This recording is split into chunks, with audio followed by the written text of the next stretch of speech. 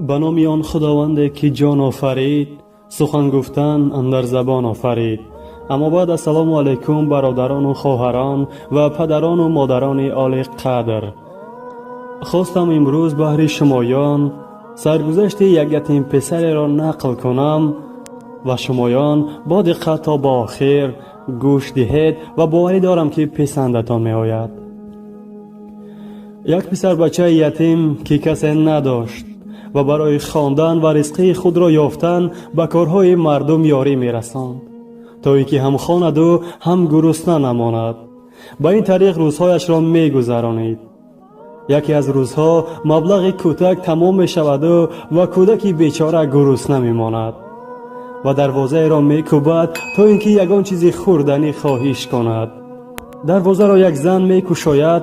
کودکی بیچاره از شرم زیاد گرسنگیش را فراموش می کند و با صدای پست می گوید خواهش می کنم اگر ممکن باشد یک استکان آب می دادید. زن فهمید که کودک گرسنه است و به جای آب یک استکان کلان شیر می آورد. کودک آهسته آهسته همش را نوشید. وقتی که تمام کرد بعداً با صدای پست پرسید چند سامان باید به شما بدهم؟ زن گفت از شما یگان سامان نشده است، چون مادرم به من آموخته بود که هیچ وقت به عوض کار خیر مبلغ نگیر. چون این جواب داد زن با تبسم. کودک گفت این طور که باشد از صدق دل تشکر زیاد، خیلی از شما منت دارم. کودک پس از این خود را نه تنها جسمانی بلکه روحاً نیز با قوت حس کرد و از دل گذران که اگر چنین آدمان زیاد باشد همش خیلی خوب می شود. خلاص از بین سالها می گذرد. آن زنی که به یتیم شیر داده بود خیلی پیر شده بود و با بیماری وزنین به بیمارخانه می افتد.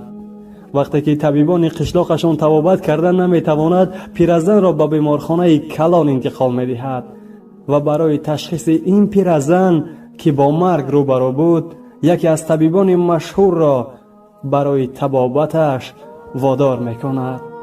آیا می دانید که این طبیب مشهور کی بود؟ همان یتیم پسری که از دستان این پیرزن در وقت شیر نوشیده بود. وقتی که به طبیب نام دهه پیرزن را می گوید، طبیب همانا با اتاق بیمار می آید. می بیند که همان پیرزن همان زن است. طبیب جواب تشخیص پیرزن را می بیند که حالش خیلی وزنین و شفا یافتنش امکان ناپذیر بود. طبیب از دیدن این تشخیص خیلی غمگین می شود و به حجره خود می درآید و از پیش چشمش چگونه از دستان این زن شیر نوشیدنش روزهای گذشته پیش نظرش می آمد و از ناآمد تقدیر خیلی غمگین بود. طبیب از جایش می خیزد و به خود می گوید باید این پیرزن را نجات بدهم. خلاص جراحی می شود و جراحی خیلی خوب می گذرد. پیرزن نیز شفا می یابد. طبیب می فرماید تا حساب پیرزن را آماده کند. حساب طبابت پیرزن را آماده کرده به طبیب می آورد. حساب آنقدر مبلغ زیاد شده بود که پیرزن پرداخت کرده نمی توانست. طبیب یک نظر می کند و در پایان آن مبلغی که باید پیرزن پرداخت می کرد چیزی می نویسد و می فرماید به اتاق پیرزن ببرد. پیرزن کاغذ حساب را می گیرد و می ترسید تا اینکه کش آید.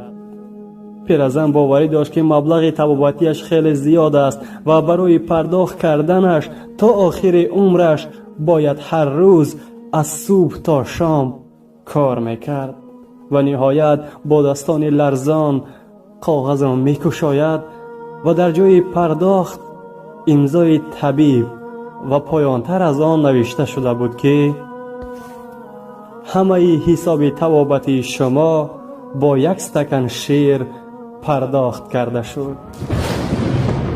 پیرزن همانا به یادش آمد و از خرسندی زیاد از چشمان پیرزن آب میریخت و اظهار منتداری میکرد. میگویند تنها غم یتیم را شخصی میخورد که خود مثل او یتیم و بیچاره بود. تنها غم یتیم را شخصی میخورد که او از پدر و مادر محروم بود. تنها درد یتیم را یتیم می‌داند که آن خود دیده است این درد را. اما این قصه را بهر آن خاطر بهر شمایان نقل کردم که دوستان، اگر میتوانید نیکی کنید، نیکی کردن نمیتوانید، پس هیچگاه بدی نکنید. با شما بودم شیرافکن منیر با کانال پهنامه زندگی. باقی سر بلند و خانه آباد باشید.